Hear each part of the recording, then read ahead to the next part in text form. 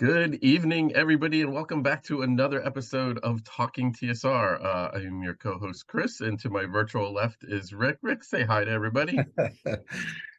Glad you could join us again, folks. Just two old guys hanging out, right? Chatting RPGs. Yeah, it must be the third Sunday night of the whatever in a row. I don't know how we want to call it. I know it'd be so much cooler if we did this once a month or every other week, but anyway, but we don't. So, fresh back from GaryCon, it was awesome seeing a bunch of people at GaryCon.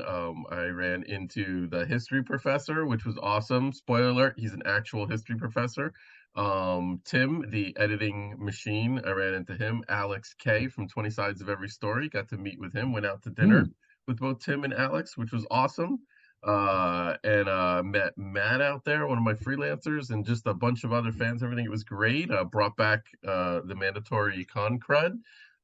So yeah, I mean, it's all good. So everything is great. So Rick, what's going on in your world? Oh, that sounds really. I'm envious, man. I wish I could. Oh, I you might. I have to go out to Gary Con. I have to you make have to that. do the pilgrimage, you have to walk the town, you have to see the Yeah, little brick, you have to see all the sites and everything where yeah, you have to go to Sheridan Springs Road where yeah. the warehouse used to be and everything. So To be sure, definitely a pilgrimage. You got to put it down on your list of things to do. definitely. I haven't been out there since the my original Gen Cons way back when, so it's been a long time coming. So yeah. Nice. Did you actually go to Lake Geneva when you went to one of your Gen Cons? I went to yes. I don't hold me to the year, but my very first one was in Lake Geneva, unless I'm mistaken, unless I've got my years mixed up or something. Oh, okay. Um, because I remember, before it moved, yeah, I never went to the one in California. Yeah, Um, SoCal, yeah. but But I you went to the one in New Jersey. yes, and that Yes, yeah, that's Gen Con East, yes, which was in we did a Cherry whole Hill. chit chat about that. Yeah. I don't know if it was Gen Con East one or two. Like they had a couple. They Yeah, had there like was two, I think. I think there was only two. Yeah, that was back in the 70s, 80s, that 80s. was Yeah, I feel 80s. yeah, yeah. Because that was that my first one? I don't know. My brother was good enough to drive me down there. So that's all I remember is my brother who knew nothing about RPGs being a very good soul and bringing me down, Oh, indulging me for the day. But that was a very memorable day, Gen Con East. And my first Gen Con too was pretty wild. Just seeing that many people playing games in one place was a totally new experience for me. So awesome. That is great. That is great. So again, everybody, thank you. Thanks to the 4,000 plus backers for the Dungeon Denizens Kickstarter. Second highest amount of money we've raised on a Kickstarter for Goodman Games, the by far the highest number of backers for a Kickstarter by over like 800. So we are completely thrilled with the way that did. And for those backers who are interested in submitting a monster to possibly be included in the book. That announcement will be coming out tomorrow. So make sure you guys check your emails for that. It's a very tight window that you have to actually submit your monster design and everything. So hopefully the last couple weeks while we've been away at GaryCon and finishing up on the Kickstarter, hopefully you guys have been planning and plotting what your monster is going to be, and it's just a matter of hammering it into our format and getting it sent off to us. So yeah, so we're at that. But tonight we are here to talk about this back here. And if you couldn't tell by Rick's awesome background, which you could probably reuse almost every week, but we are going to be talking about the classic Gary Gygax adventure dungeon module D1, Descent into the Depths of the Earth. Rick, why don't you give us a little start off on what you think of? Again, maybe this is probably the first thing that we should probably talk about is, so when I say D1, Descent into the Depths of the Earth, what's the first thing that comes to your mind? uh Word association. well, for me, it's personal. This was the first adventure module, standalone adventure module I ever purchased. Oh wow, Yeah, okay. discounting B1, which came in my first Yeah. box, their Red Dragon cover box set, which was kind of like really my first. This was the first one I walked into the store and actually bought. I don't know what the year was. I know it was in Paramus, New Jersey. It was in the KB Toy and Hobby store. Oh wow. They sold this, and then shortly after they sold the Tomb of Horrors. So those were the first two modules I bought.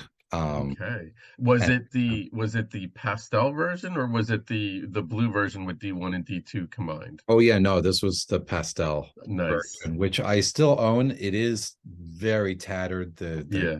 It's absolutely seen its war wounds, but I still have it. It's like my original, two Maharas. Both of them are just battered to, Yeah. nothingness. But I'll never give either one up because so many memories are attached to them. And I remember flipping through this, and you have to understand, I didn't own the player's handbook or anything like that Hmm. for AD&D.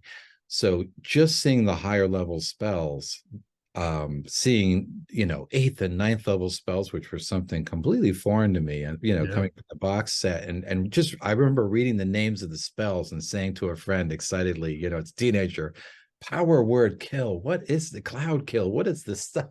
Oh, It nice. was very, because yeah, this was an early bird. I mean, this the module was released in 1978, and it was actually released before the Dungeon Master's Guide and the Player's Handbook were Yeah. widely available. So that's it wasn't that I guess so I can't be blamed for not having those yet, but certainly they were not available when I bought this. So there was a lot of Okay. me filling in the gaps of rules, and it was kind of my first real exposure to AD&D. So yeah, very, very memorable for me.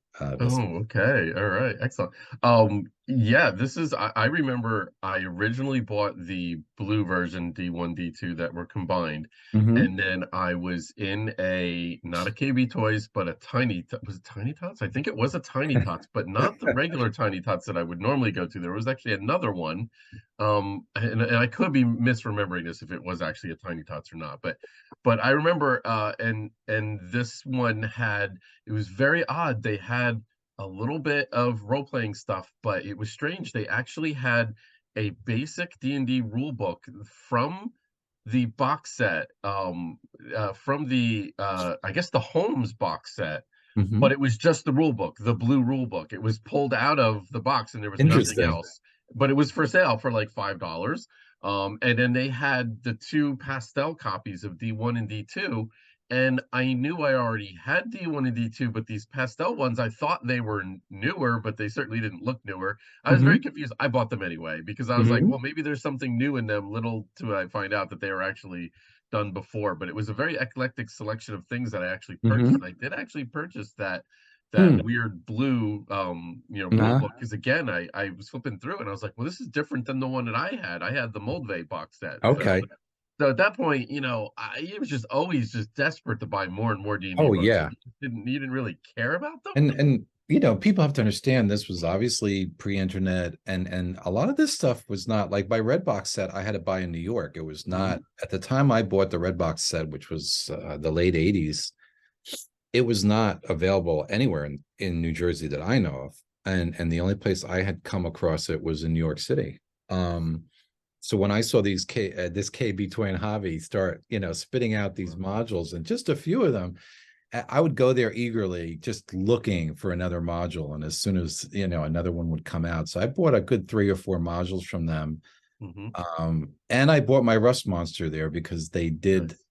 Uh, it wasn't in the plastic bag of lore that Gary Gygax supposedly, bought the little plastic monsters that Yeah. inspired the Boule and the different things, but they had just a container of plastic creatures on the counter, Hmm.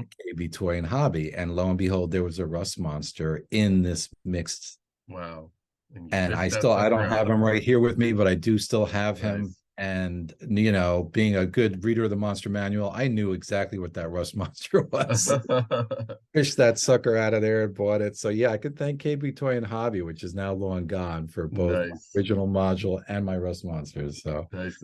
Dar Jr. is saying, yes, apparently the Moldvay box set was sold that way too. The book separated from the box and had a special product number. Now I'm going to go dig out my copy and go take a look interesting. at these things and do a little bit of an internet search on this. I'm very curious Yeah. about this. I'm learning something here.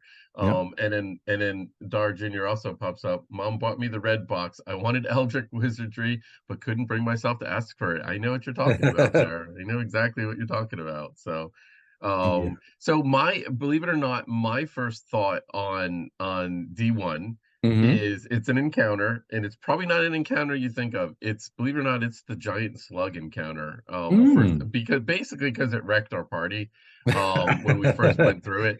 Because it had that, we didn't know. These days I think I know that like slugs can spit like stuff, but like I didn't know back then. First time Hmm. running into a giant slug, 12 hit dice, all of it. It just spit acid. And if I recall, the reason I remember this was either it didn't say how much damage it did in the monster manual, I think, or whatever. I don't recall exactly what the story was, but Okay. if I recall correctly, my game master played it just like a dragon breath weapon, and it did Oh the amount boy. of hit points that it did, and it had like 87 hit points, and it like wrecked us. And then I also learned a valuable lesson, a not so valuable lesson that day, that apparently there's a thing called item saving throws, and like when you're hit Hmm. with acid, like you have to make saving throws for all of your stuff. So I remember the tedious process of going through and like rolling saving Oh, throws for like all of my stuff and sure. losing like half of it to that Oh man. damn giant slug. So that's actually the first thing that I think of when I think of this adventure. So Interesting. I would not have guessed that in a million years, but there's definitely a few encounters in here that can ruin an unprepared party, like to be, or a certainly, prepared party, to be sure. yeah. So So what do you let's just do a high level summary of the sure. adventure. What do you think of the adventure, stacking it up over the comparing to the other ones? What do you think? Sure. I think, and Gygax somewhere in the intro sort of compares this, or as being sort of the G1, of the D series, the introductory module, and it feels that way. Hmm.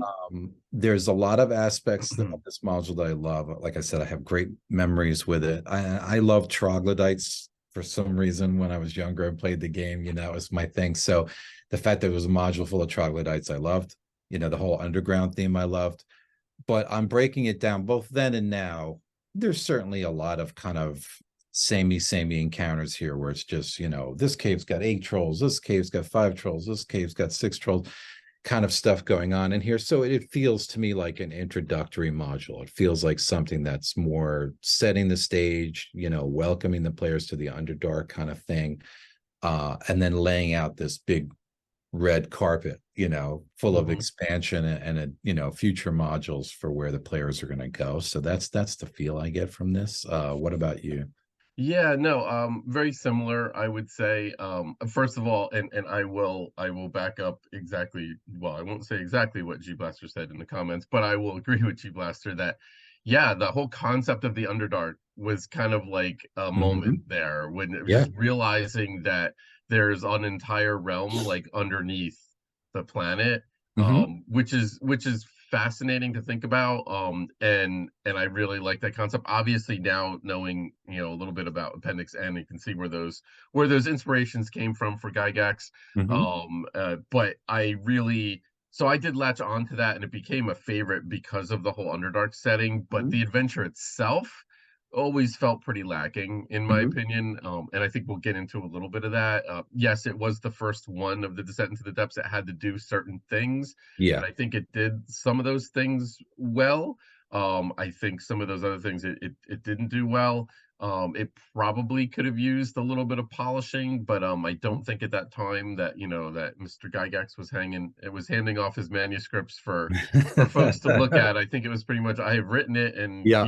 go to the press kind of deal. Yeah. So Definitely. and but it was, yeah, so that was it. It's probably one of my least favorite adventures in the entire GDQ series. and Hmm. and I even, I think I will reserve judgment for when Oh, we here do it our deep comes. dive into Q1, because I saw earlier in the Yeah. comments too, someone saying they hope that we do Q1. Oh, we're gonna do Yeah. Q1. We'll do Q1. Yeah, we'll definitely do Q1. To be honest with you, I'm not sure if I would call this one, like, it's either 6 or 7. Hmm. It might actually be 7. There might be something in Q1 that I actually Yeah. latch onto a little bit better. But again, I need to sit down and spend some quality time with Q1 before I kind of make that decision and everything. I feel the same, and I absolutely hear what you're saying. I think it, it's a necessary introduction, but it's certainly got its flat moments, to be sure. Yeah. And you raise a really good point as far as the underground, because it, I think we have to remember now some of these concepts now are so jaded to us, or so Yeah, typical to us. But at the time this came out, I mean, aside from the fact that, we're talking about one of the first modules kind of that came out anyway, the whole concept of the underdark, brand new. brand new, the Yeah, Dro, as opposed to right. being a sort of, Yeah, many used enemy, was this brand new yeah, mysterious enemy that just was full of intrigue. And I think today you could absolutely breathe life back into. They're almost, I think, ready for a second recoming, but or whatever you want to call it, a second return. I think because people have stayed away from them a little bit. But I think at the time the Dro, it was just this mysterious foe. It was just, there was a lot of aspects about this that were just so new and fresh that yeah. theme wise, that it almost transcends the material itself, which, like, again, the encounter by encounter is very flat in places. So Yeah, I would completely agree with you on that. It really is more of about setting the stage, I would say, and mhm. I almost feel that like the main part of the adventure, the main cave system, it might have actually been better if we got something different there. Maybe if we got more of those two encounters in the beginning, those Mhm. two smaller encounters. If we got like a collection of those Mhm. instead of one big kind of cave system, kind of with a random assortment of critters in it, I think maybe we would have gotten a little bit, maybe would have resonated a little bit better with us. But Mhm. you're right. When you get to that mid, it's almost like after reading the first 2 pages of the intro and then diving into some of those encounter tables and looking at the maps and everything, and then you actually get to you go through all that, and again, only 11 pages long, folks, Yeah. so really short. You get through all that, and then you actually get to the 40 encounters in the caves, and you're kind of like, huh. It's like you're almost like, well, I guess I was kind of, my anticipation was kind of built up a little bit more, and Mhm. then kind of like, and I think we're gonna see, when we get to D2 in 3 weeks, Mhm. how it was kind of done right.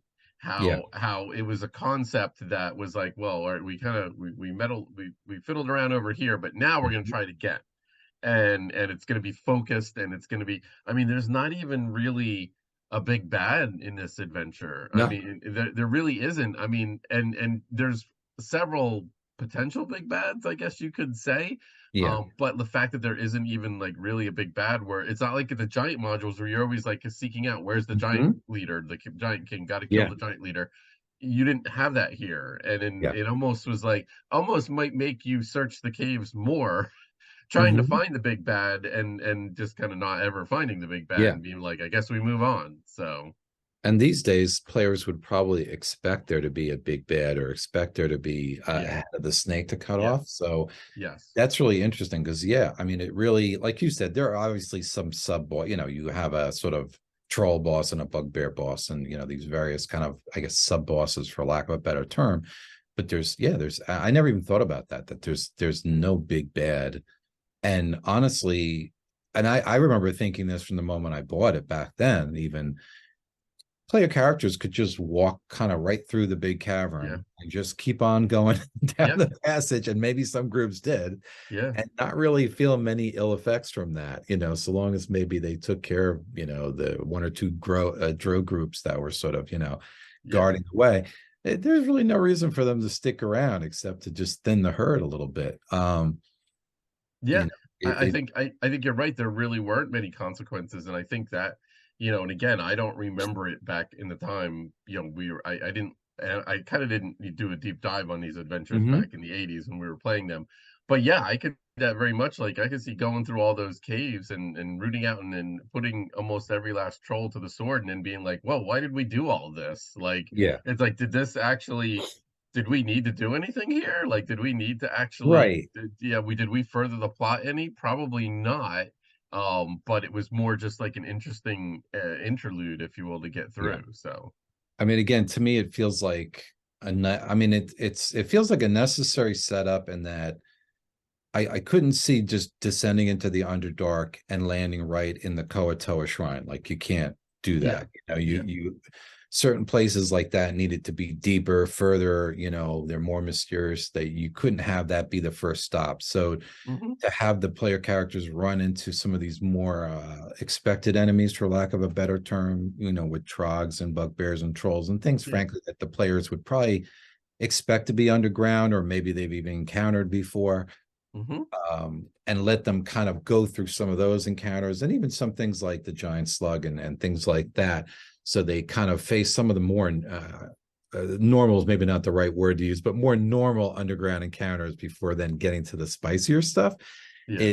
It does set it like it's like a warm up, but it does. That's it. It feels very much like a warm up, and I think in the same way that G1 felt very much like a warm up for what was to come.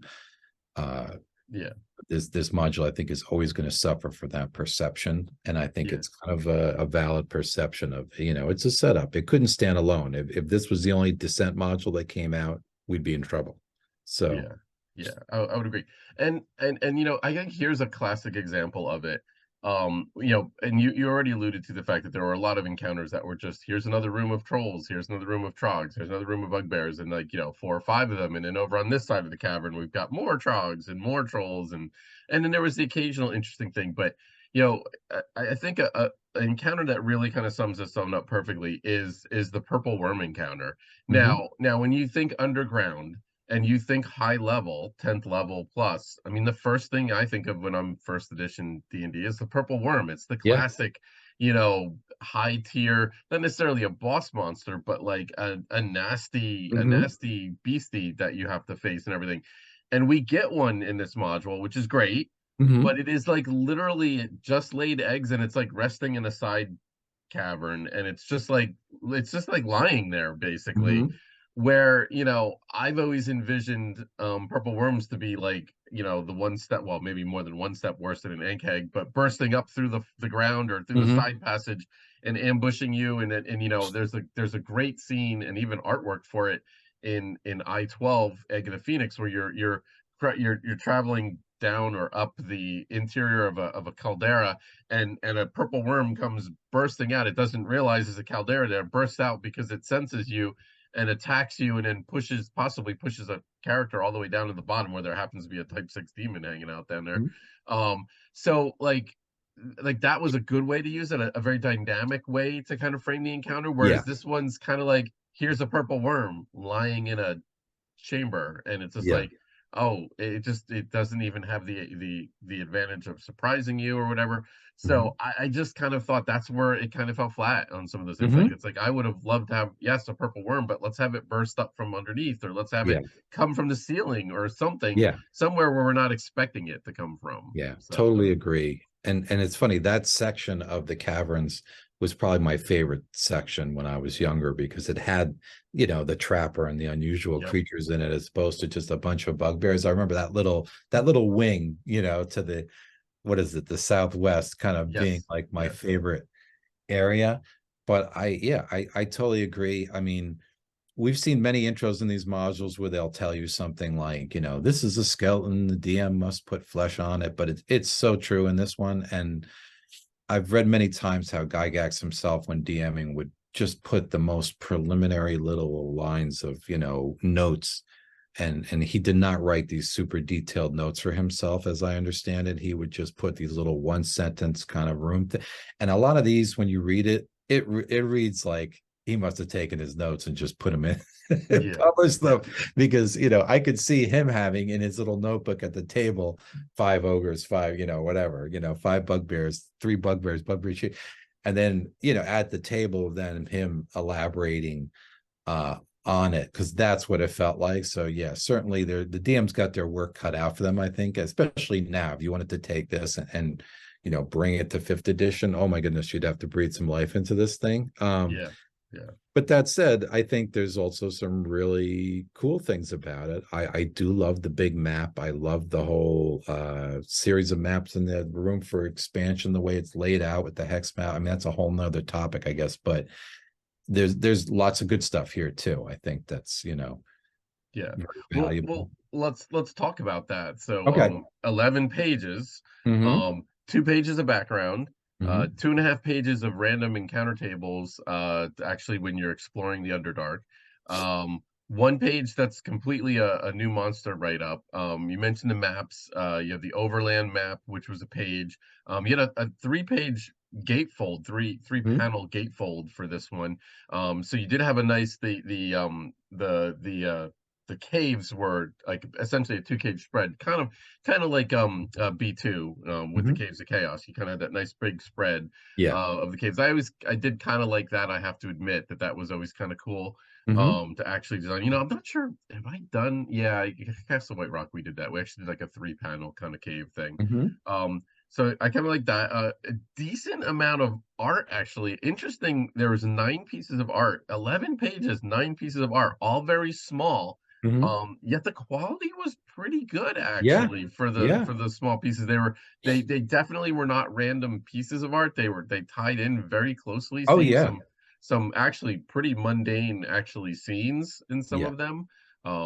But so yeah, I mean, Yeah, we some, had some good what was it? David Sutherland had some yeah, pieces here that were not, and I like the fact that a lot of the pieces were kind of that, and again, it makes me think of old TSR products, very dynamic, where you see these sort of battle scenes, where you have a pitched battle scene against trolls or against the giant slug, which I love that, where you see, all yeah, the character archetypes fighting against something. The troll battle piece in particular for yeah, me, with yeah, the kind of, I think I'm going from memory, I'm not looking at it. Well, the head's like kind of, you've got a yep, troll head that's been lopped off, but it's biting somebody in the leg or something yep, like that. And I think there's an arm in there somewhere crawling around. There's just a lot of craziness going on, and it really gives you an idea of just what chaos a troll battle could be because of the yes, generation factor. So I love, small though they may be, I love the art in this. Obviously some of the art looks crude. The cover is definitely got that, somebody yeah, forgot to put the scales on that guy kind of look to it. They're very yeah, exactly. That poor Trog on the right. I always felt like he got shipped to the printer before the artist was finished or something. But that said, I like it. It's very evocative. yeah.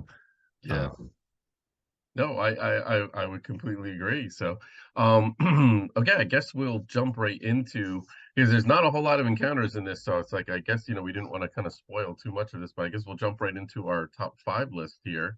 yeah, For I think things. we'll definitely be mixing right the faucets as well as the Yes, yeah, encounters on yeah, this because one. yeah, and I do have honorable mentions plural, so I don't know if you have any honorable Ooh, mentions or not. okay. So, I actually don't have honorable mentions at okay, all. okay, so Well, actually, you know what? I'll riff one right here. okay, look If at you'll this, allow me. real time changing, Real mixing it up, time riff, going yeah. off the It's my script. honorable mention as a sort of faucet.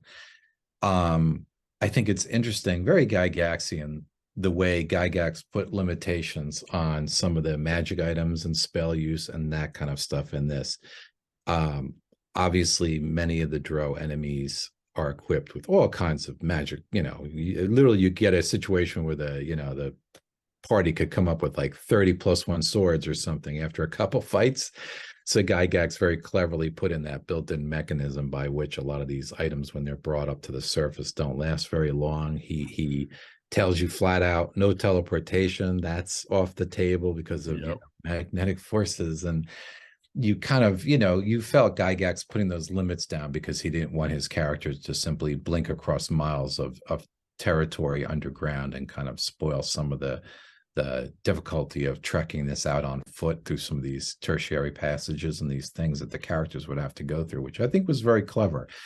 I know some people don't like that aspect of Gygax, where they felt like he was always kind of putting these walls down in front of people, but I think a lot of the stuff was necessary to make this Yeah. actually work.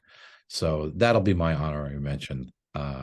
It's just Well, Gygaxian limitations. that's interesting you mentioned that, because the drow weapons and armor, that is exactly what my one of Oh my honorable wow. mentions was going to be. The fact that they all Ding. had quote unquote magical, they had cloaks and I think cloaks that basically it was like cloaks of Elvenkind, and then they had +1, +2, all the way up to +5 weapons and armor.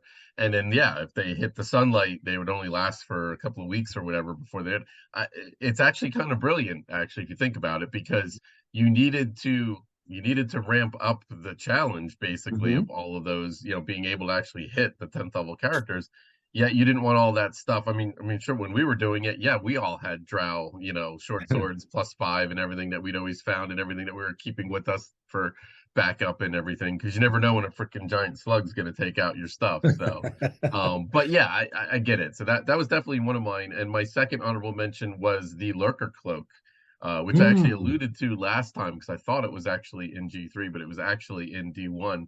And the fact that it doesn't get an official write up, but Hmm. basically it's just the Yeah. what the priestess has, basically a lurker cloak that basically lets her turn into a lurker above, and that's essentially the magic item. And I don't know why, but I always was fascinated with that. I remember we got that cloak. I love that cloak. That thing was just really neat, and it just fit. It just thematically it fit and everything. So I really enjoyed that part of it. So that was another one of my honorable mentions, the lurker Nice. cloak. So That um was in the guard cave, right? Was it area yes, that was six? in the first Drow Sentry Okay, point. yeah, Yeah. yeah. So Yeah, that was yeah, they weren't definitely weren't above winging little magic items like that in this one, especially with cursed items and things. But like, yeah, that yeah, was a particularly cool item to be sure. yeah. Okay, so we want to go to our top five. Do you want to lead off or do you want me to? Why don't you lead off this time? I Okay. feel like I led off last time. Okay, we can do that. So, all right. So these are going to be encounters and also things. So Hmm. of the adventure and everything. So I'm going to start off. My number five is actually an encounter. Hmm. I'll be surprised if this one doesn't make your list. So this is Area 7, the Sunken Cave. Yes, folks, this is the we dodged this one until now because probably wanted to talk about it in a little bit more detail. But yeah, there's just a lich hanging out in one of the caves, covered with illusions, so you possibly wouldn't find him. No backstory about this guy, no motives, no nothing. Just a 20th level lich just hanging out with illusions. Um, Asperdize, the lich. And his name is presented in the treasure section, by the way. It's like we don't even get his name like in the other section, which is just kind of, it was just crazy. But one thing I really loved about it, and it was even in the artwork too, is the fact that the Lich cast Magic Mouth. How many times? 600 Yeah. times. Although, because I believe it lasts until it's triggered. I think it just stays there until it's dispelled. So he basically casts it all over the place so that Mhm. the whole place radiated magic. Which is like, no offense, but if you've got an illusion covering your entrance to your cave and every place else radiates magic, oh my god, the characters are going to explore it. Like they're not going to ignore it. So it was Right. a little counterproductive there, but it was I don't know, it was crazy. But I mean, only a 20th level spellcaster. Oh, It's like it's a ninth level ridiculous. spells. Yeah. Time stop, power word Yeah. kill. Oh, he could Yeah, absolutely demolish wreck a you. party. Yeah, I mean, again, not necessarily instantly hostile. And yeah, on heavy examination, does the encounter really make a whole lot of sense? No. no. What this guy is obviously very powerful. He's got some money. Why he's just chilling in this little sunken cave? Clearly had to be there a while because Yeah, 600 magic bounce spells. He must like that shelf, but it's kind of like it really makes no sense. But the idea that the characters could just walk down some terrace steps and run into yeah. this creature that really is so one of the most powerful things in this whole module is just mind blowing. Yeah, I So really, I really feel like Gygax was just like flipping through the pages of the monster manual. It's like, yeah, put oh, that this one would in be a good there. one. It's like we could put a lich in there, and Yeah, it could have worked. It could have worked. yeah, With a little bit of thought and elbow grease, probably. Probably could have figured this out a little bit better. But no, we're just yeah. gonna throw him in a cave with some illusions and some awesome, amazing treasure. Oh my God, the jeweled items Oh he yeah, has is it's crazy. ridiculous. Yeah, absolutely nuts. So, in a portable hole. So yeah, so it was an interesting encounter. So that's my number five. Area Nice. 7, the Sunken Cave. All right. So my number five is one of the hex encounter areas, Oh, nice. encounter area M12. This is the area with the mind flayers. So Okay. it's kind of like mind flayers with their were rat servants. I like this area. The cave map doesn't really do anything for me much, but the actual encounter itself, I think it's well thought out. I think you have the tactics, you have the servant level creatures. kind of serving the lithids. You have the tactics there about, what the were rats do and the mind blasts going out, because this was, Hmm. AD&D psionics at work here. So you really, if you play with psionics, these guys could do a number on your party.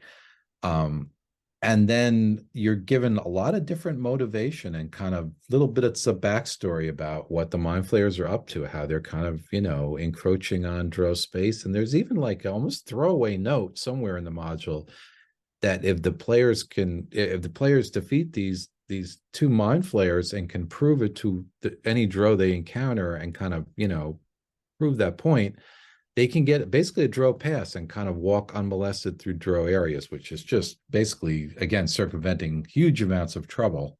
Um, so it's really interesting. And then the last, cherry on the sundae is the fact that you have, again, a very Gygaxian tradition, super well hidden treasure. You've got poison needle traps, and you've got an iron chest that's hidden in a hole that's covered with a rock or something, and then the whatever you call it, the handle of the chest is actually a scroll tube, and it's like everything's very convoluted and cleverly hidden, which you'd expect with mind flayers. So Hmm. uh, for all that, I just thought it was a cool encounter, not part of the main, obviously, but it's a nice lead in. I frankly wish there were more encounters like this in the main Yeah. cave.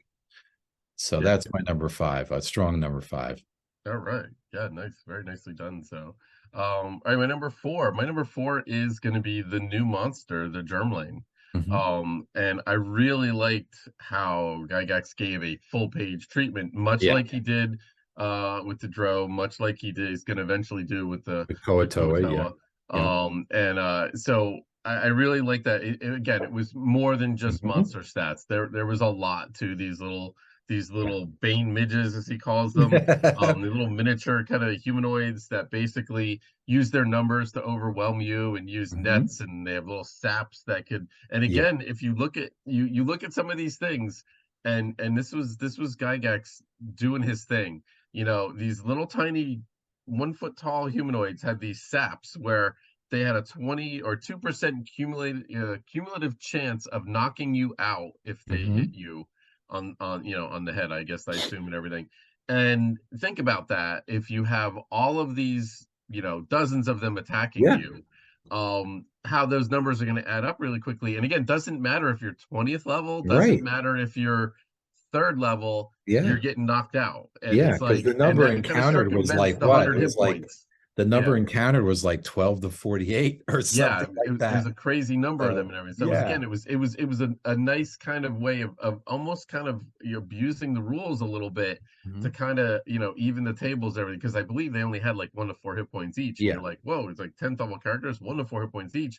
But again, and you do have that back then, you did have that rule with fighters, how they could get one attack per. Yeah, anything under 1 hit die, they get like one attack per level or whatever. But Mhm. they could just mow them down. But Yeah. but still, the thought, the fact that he described tactics on there using pit traps and nets and the darts they used and everything. I really enjoyed kind of the thought, and I ended up using Germlane a lot. I think it Mhm. really inspired me because there was so much to go off of there. Yeah. I used them for low level adventuring. I used them for high level adventures. They did a lot, and I Mhm. always remember them. I believe it or not, I'd kind of forgotten that this was the module that introduced them. I would not have thought that, like, if I was doing a trivia contest, like which adventure was the germ lane and introduced Oh, in, that's I funny. would not have said D1. I'm like, it's like, it just Oh, would see, not they're have. one of the things I think of when I think of this module. They pop right Yeah, into my head. Again, I think because the artwork is strong, the yeah, artwork really projects what the description is. But yeah, totally, agree. totally agree. So that was my number four, the germ lane. Nice.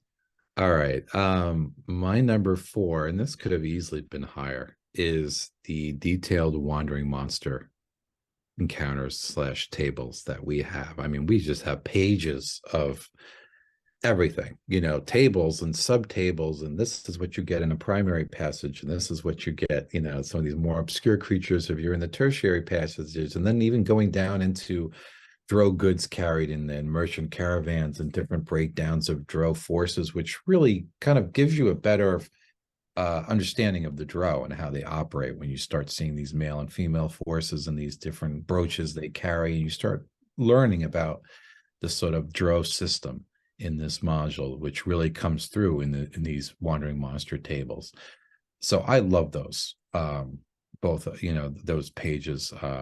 That's something I always liked. I felt like Gygax, whatever was lacking in the actual encounters, when it came to your characters walking through the passages, the DM had everything they needed there to really, roll up a wandering monster and go with something. So that's my number 4. Is the just Excellent. super detailed wandering monster information.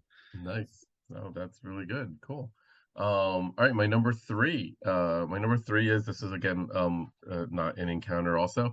This is the maps. I'm gonna say the maps. It starts with the gatefold map Mm-hmm. of the whole layer. I love that. I love that in the third panel you got the map of the Underdark. And even though it was just straight lines, but the fact you had 3 different types of lines for the primary, secondary, and tertiary, and in all of those little shaded hexes that were encounters that you knew where some of them were in the modules D1, D2, Yeah. D3, but then there was just so much on that map that was just Mhm. mysterious. Up in the upper corner, you had clearly the Dark Sea or Yeah. whatever going on up Yeah. there, the lake or whatever. And then you had an island that was shaded in as an encounter area on the, you had a couple along the shoreline. That map was just amazing. I remember just looking over that map and just being just amazed at just how much material and content there was with this underworld, this underdark and everything, and just being the mind blown, Mhm. and what you could do. And then the fact that they gave you a couple sample encounters, like, the cave system here, this is like a 4 hex spot, here's Mhm. the 1 hex spots, the 2 hex Yeah. spots are going to be something in between, and that just whole it just made so much sense the way to depict Mhm. all that. And I loved well, there was a player map too, which was awesome, which was just the center part, the part that you Mhm. were really concerned with to kind of keep them on track, because otherwise you unleash the Yeah. characters in there and they're never Yeah. going to make it to the vault. So made sense. That definitely made Mhm. some sense there. But I actually loved the template maps at the back. You had the passages, you had the Mhm. little sample passages, and then the sample caves. Definitely. I remember doodling so many more of those because I Yep. just thought that was the coolest Right? Didn't thing. we I all was do like, that? oh, I'm gonna do my own little ones. Oh, Yeah. I'm gonna Oh make my my own goodness, did tertiary I do that? passages. Yeah. Yeah. And it was like they gave you just enough to get you going. Yeah. And Yeah. then to sit there and basically give you all the tools and say, here, now you Yeah. go create the rest of the Underdark and all that.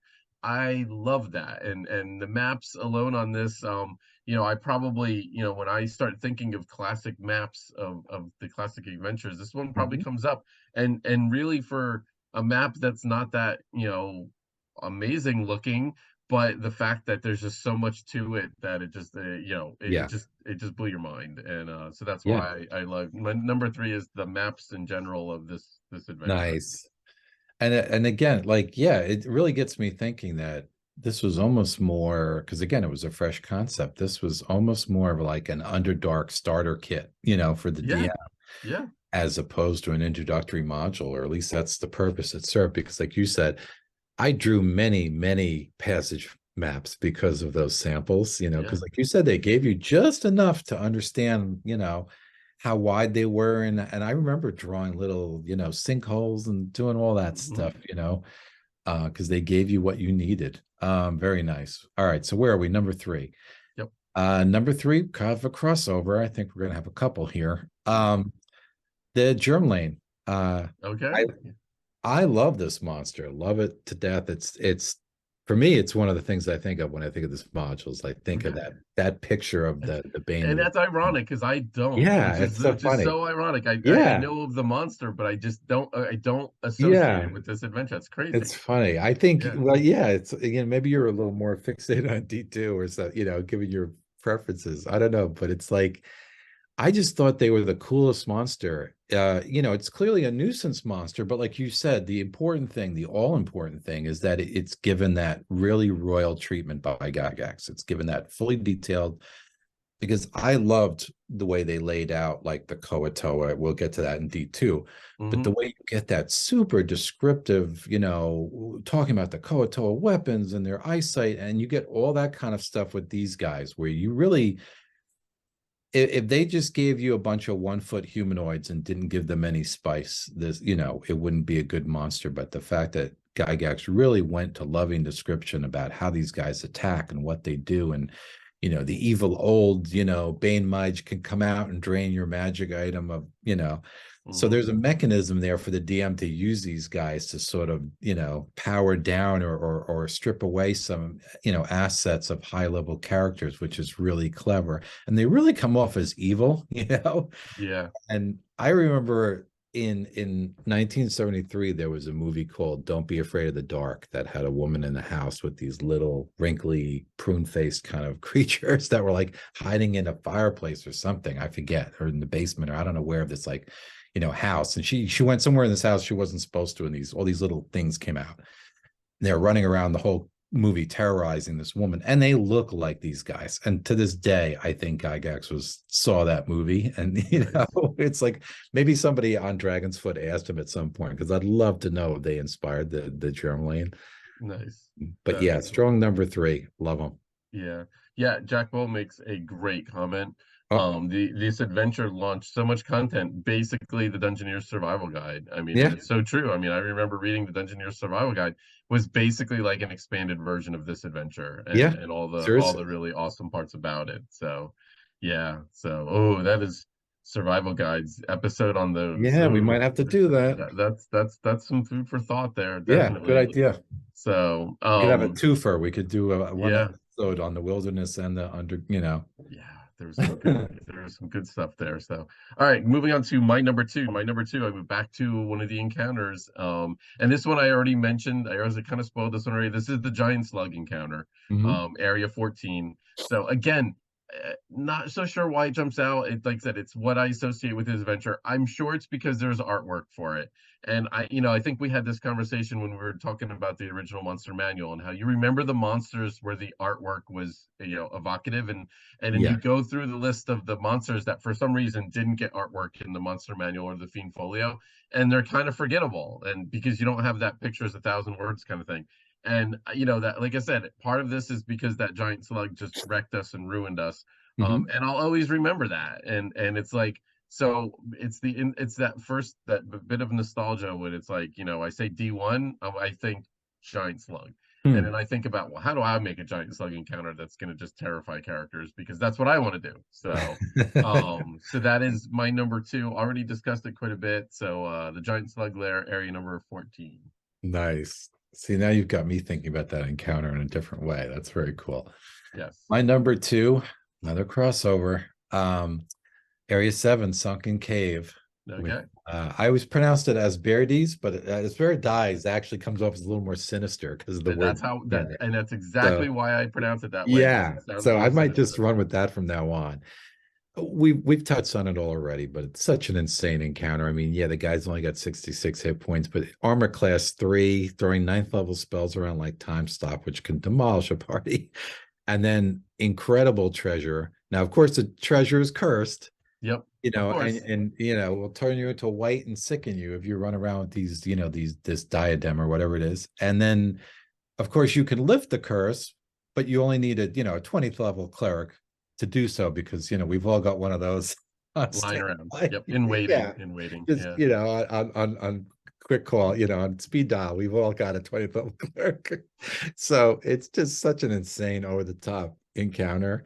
And again, one of the things, kind of like the giant slug for you, when I think of this module, I think of Yeah. Asperdes on his little shelf in that picture with the Yep. magic mouths on either side. That's Yeah, that's and I have to uh, admit that's like the second thing I think of, and yeah. that's because we never actually encountered him. For some reason, we never came across him the time I was being playing through this. So, but I do remember it as reading it and as a game master, and it's just like, but yeah, it doesn't have that harder connection that I have with the slug. So, and I think there's a great comment Jack Bull made. What the giant slug did gave permission to every DM to go big with something mundane and make it dangerous and make it Yeah. scary, basically. Like a Yeah. slug, you think of a slug and you're like, they're just not scared. Well, they're kind of Right. crazy looking, but they're kind of icky looking, ooey looking. Mhm. But like, imagine something like that, the size of a, well, Well, bigger than yeah, the size of a bus,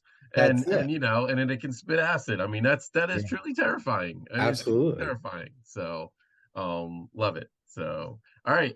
My number one is another crossover, actually. So, this is the encounter tables, and I think what everybody's been talking about the Dungeoneer's survival guide is dead on that. Yeah. This was basically our first version of the Dungeoneer's survival guide in getting those 2 pages of backstory on exactly what the Underdark was, the limitations with the teleport, and Yeah. then just the tables and subtables as only Mhm. Gary could do.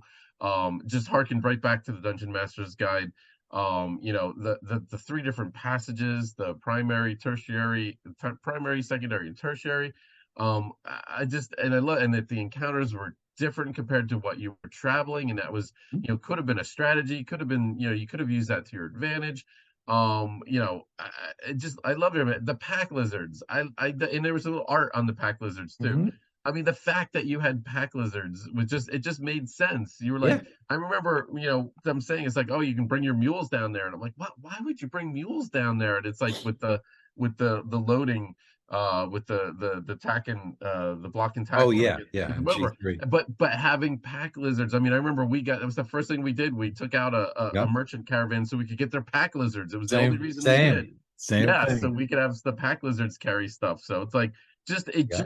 it just made sense. It felt alive. It was just Yeah. brilliant, I guess, is what I would say. Yeah.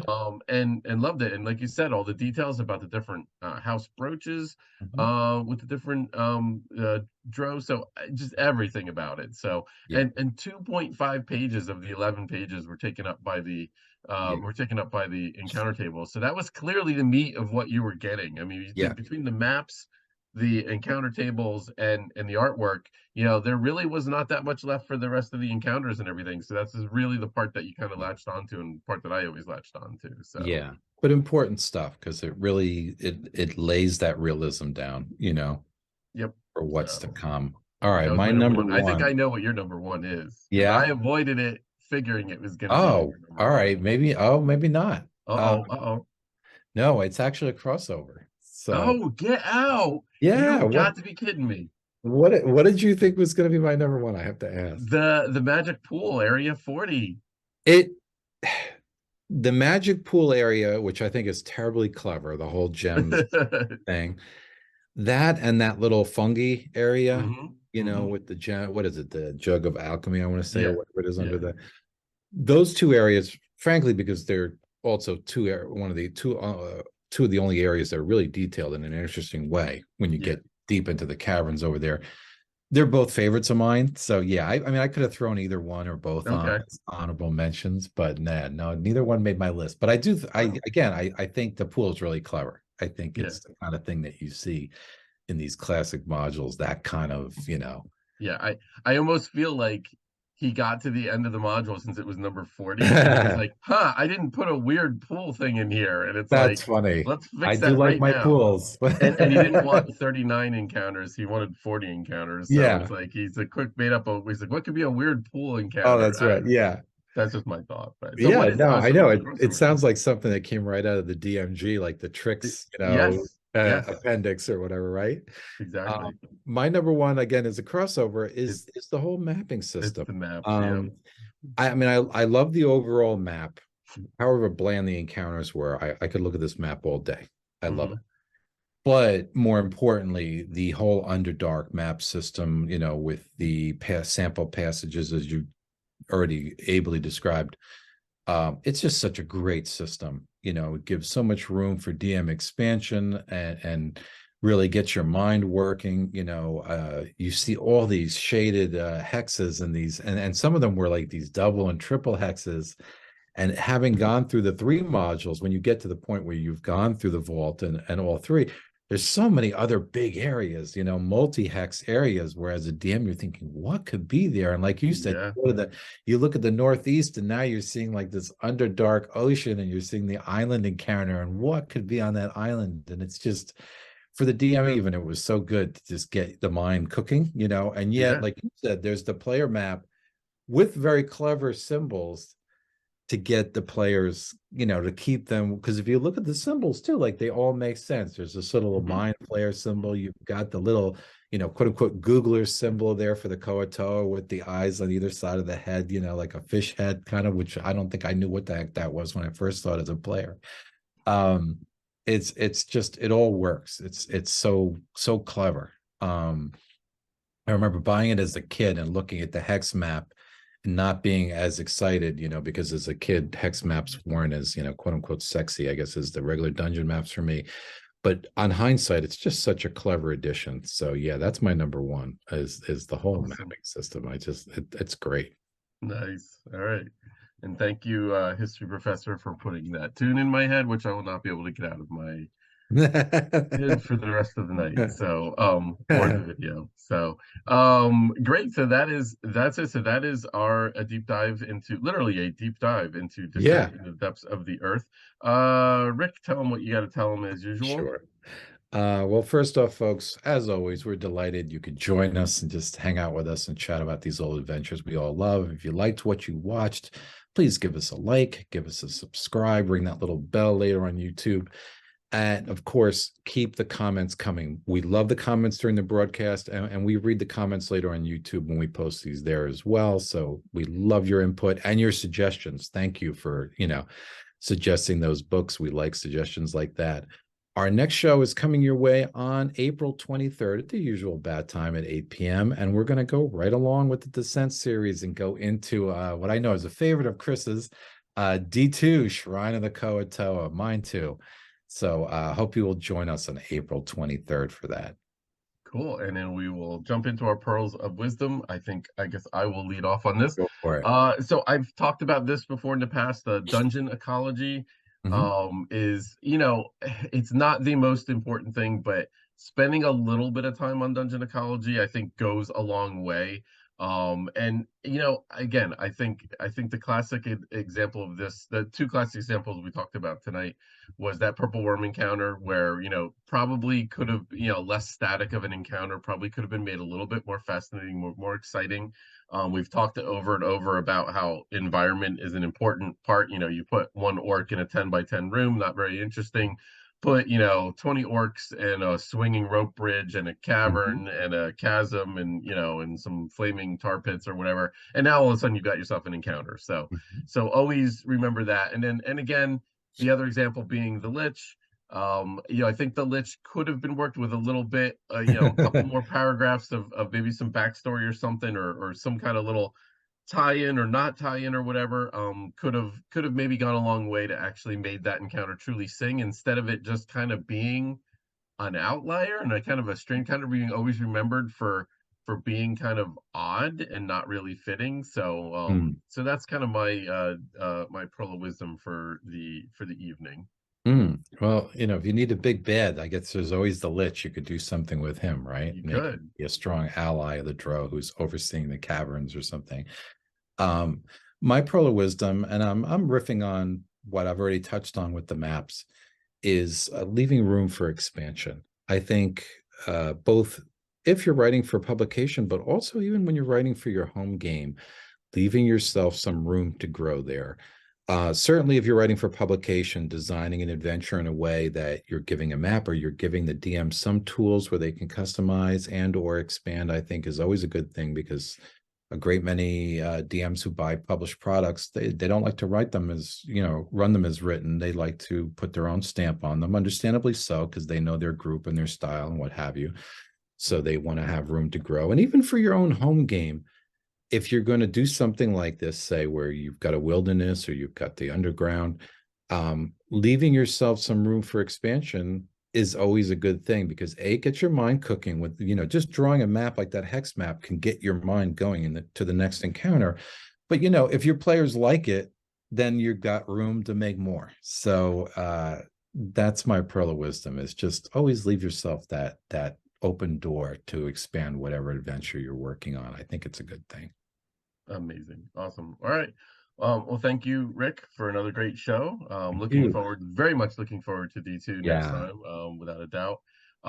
Thanks everybody again for popping in the chat and everything. And remember, if you're going to be contributing a monster to Dungeon Denizens, that information will be dropping via an update tomorrow, probably in the morning sometime, Eastern time. I suspect a flood of questions once that gets kind of listed. Yeah, so with that, we will say goodnight again, and we will be back in 3 weeks on the 23rd at 8 p.m. Eastern. Take care, everybody. Have a great week. Good night, folks.